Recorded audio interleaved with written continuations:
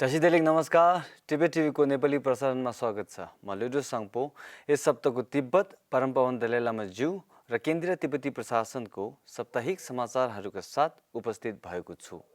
सुरु गरौँ यस सप्ताहका प्रमुख समाचारहरू संक्षेपमा। तिब्बती उच्च हिम पहाड मैदान मरुभूमिमा परिणत हुन सक्दछ, परमपवन दलाई लामा ज्यूको भनाई। परमपवन दलाई लामा ज्यूद्वारा ली टेङ हुईको स्मारक सेवाको लागि सन्देश। तिब्बतमा चीनको जबरजस्ती श्रम कार्यक्रमको सरोकार बढ्दै गएकोमा चिन्ता। चीनले UNHRCमा बेपत्ता नभएको दावी। नवीकरण र बलियो तिब्बत नीति नै भारतको लागि एकमात्र मार्ग, केन्द्र तिब्बती प्रशासन प्रमुखको भनाई। केन्द्रीय प्रशासनका प्रमुखले कोभिड-19 को दिशानिर्देशहरूलाई पालन गर्न अपिल। भारतीय पत्रकार चीनको लागि जासुसी गरेकोमा गिरफ्तार। 3 तिब्बती कार्यकर्ताहरूले मनालीदेखि दिल्लीसम्म शान्ति मार्च सुरु। अब समाचार विस्तारमा।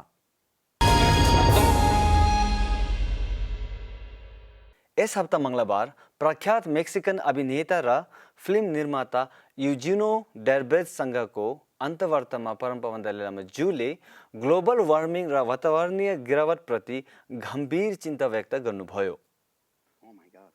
परमपवन दलाई लामा ज्यूले वातावरणीय विज्ञहरूसँग गरेको आफ्नो कुराकानीमा हालको दरमा ग्लोबल वार्मिङको निरन्तर बढ्दो क्रमले स्वच्छ पानीको ठूलो भण्डारको लागि परिचित तिब्बती उच्च हिम पहाड 1 वा 2 दशकमा मरुभूमिमा परिवर्तन हुने भविष्यवाणीलाई सम्झिनु भएको छ। I very much concerned about environment, about Tibet. Tibet, usually you see people call roof of the world. So they, all these major rivers which cover whole Asia come from Tibet. So preserve Tibetan ecology is very, very important. उक्त वार्तालापमा प्राचीन भारतीय ज्ञानद्वारा मनको प्रशिक्षणको महत्त्व, भावनात्मक स्वच्छता र अनुकम्पाको अभ्यास जस्ता विषयहरूमा छलफल गर्नुभयो। परमपवन दलाई लामा ज्यूले ली टेङ हुईको सम्मानमा स्मारक सेवाका लागि सन्देश पठाउनुभयो। परमपवन दलाई लामा ज्यूले ताइवानका चिनिया संस्कृतिको लोकतन्त्र, स्वतन्त्र र संरक्षणको बारेमा ली टेङ हुईको प्रतिबद्धतालाई सराहना गर्नुभयो। Now, as his close friend, I always remember him, and as a Buddhist, I always pray. Firstly, I deeply appreciate his effort. स्वर्गीय ताइवानका राष्ट्रपति ली टेङ हुईको सम्मानका लागि आधिकारिक स्मारक सेवा शनिबार नयाँ टाइपे शहरमा सम्पन्न गर्नुभयो। चीनमा अन्तर संसदीय गठबन्धन IPAC का 63 संसदहरूले तिब्बतमा जबरजस्ती श्रम गरेको रिपोर्टमा चीनको निन्दा गर्ने एउटा संयुक्त विज्ञप्ति जारी गर्नुभयो।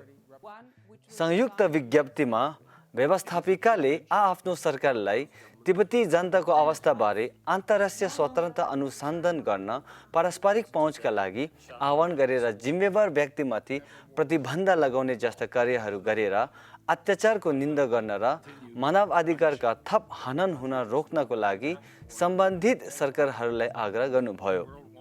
केन्द्रीय तिब्बती प्रशासनका प्रमुखले संसदीय हस्ताक्षरकर्ताहरूलाई धन्यवाद दिँदै संयुक्त राष्ट्र सङ्घलाई तिब्बत, सिन्ज्याङ र चीनका अन्य क्षेत्रहरूमा भएका मानव अधिकारका उल्लङ्घनको छानबिनका लागि विश्वव्यापी विशेष अन्वेषकको नियुक्तिमा ध्यान दिन अपिल गर्नुभयो।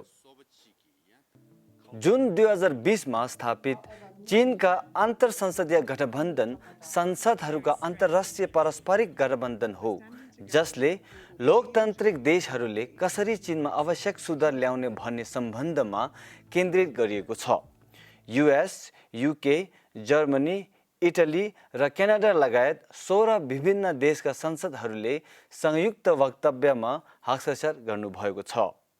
चिनिया सरकारले तिब्बती ग्रामीण मजदुरहरूको बढ्दो सङ्ख्यालाई सैन्य शैली प्रशिक्षण केन्द्रमा भर्खरै निर्मित गर्दै उनीहरूलाई कारखानामा कामदार बनाउने रिपोर्टले तिब्बतभित्र बिग्रिएको मानव अधिकारको अवस्थाप्रति चिन्ता बढिएको छ। एक स्वतन्त्र तिब्बत र सिन्जियाङका अनुसन्धानकर्ता एड्रियन जेन्सले चीनको जबरजस्ती श्रम कार्यक्रमको बारेमा मूल खोजहरू सङ्कलित गरेका छन्।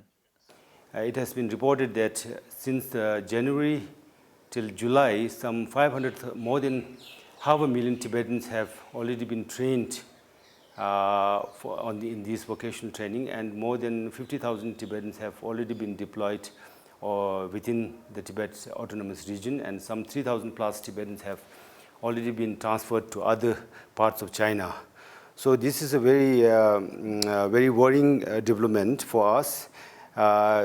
The forced labor situation that we have seen in East Turkestan is now being replicated. In fact, I would say it has come back to haunt Tibetans and Tibet. Tibet नीति संस्थानका अन्वेषक तेन्जिन ल्हाड्रुनले चिनिया सरकारका यी कार्यहरू पार्टीको विकासको नाममा वैचारिक वफादारी निर्माण गर्ने लक्ष्य हुन् भन्नुभयो। The recent visits to Tibet by Chinese Foreign Secretary Wang Yi and the member of Politburo Wang Yang, along with Xi Jinping's statements during the 7th Tibet Walk Forum, highlighted the state's need to build ethnic and national unity, while seeing religion and ethnic identity as a source of potential threat to that unity. Therefore, these labor camps, which has been in existence in Tibet for decades, represent the CCP's larger objective of using the cover of development to further construct an ideological loyalty to the state as well as the national ethnic unity according to its interpretation of Chinese socialist society. संयुक्त राष्ट्र मानव अधिकार परिषद UNHRC को 45औं सत्रमा तिब्बतको 11औं pension लामा गिन्दुन छुकी निमाको जानकारी बलपूर्वक बेपत्ता परेको घटनामा असन्तुष्टि देखाउनु भएको छ। कार्य समितिको रिपोर्टले 6 जरुरी अपिलहरू जसमा 3 संयुक्त आरोप पत्र, एउटा सामान्य आरोप पत्र र एउटा अन्य पत्र गर्दै चीन सरकारलाई 11 वटा संसार पठाएको र त्यसमा पेन्सन लामा गिन्दुन छुकी निमाको बारेमा रहेको उल्लेख गर्नुभएको छ। कार्य समूहले भ्रमणका लागि अनुरोध पठाएको र बारम्बार अनुस्मारक गरे तापनि चीनले अहिलेसम्म कार्य समूहलाई चीन भ्रमणको लागि आमन्त्रित गरिएको छैन र यस वर्ष पेन्सन लामा गिन्दुन छुकी निमा बेपत्ता परिएको 25औं वर्ष पुगेको छ। नई दिल्ली स्थित एक गैर मुनाफा अनुसन्धान संस्थान फाउन्डेसन फर नन भायोलेन्ट अल्टरनेटिभ्सले आयोजना गरेको चीन भारतीय सम्बन्धमा तिब्बतको नीतिमा पूर्ण मूल्याङ्कनको आवश्यक सम्बन्धी भर्चुअल छलफलमा डाक्टर सिङ्गेले विगत पाठले हामीले चीनसँग प्रतिस्पर्धा गर्नुपर्ने एकमात्र मार्ग हो र भारतले प्रजातन्त्रको रक्षा गर्न आफ्नो नेतृत्वलाई जोड दिनुपर्दछ र चीनसँगको यो वैचारिक युद्धमा विजय हासिल गर्नुपर्दछ भन्नुभयो। India should save itself, given the reality. Because if you go by history, I think all the prime ministers of India, except for Lal Bahadur Shastri, chose cooperation with China, thinking they will get some dividends over competition with China.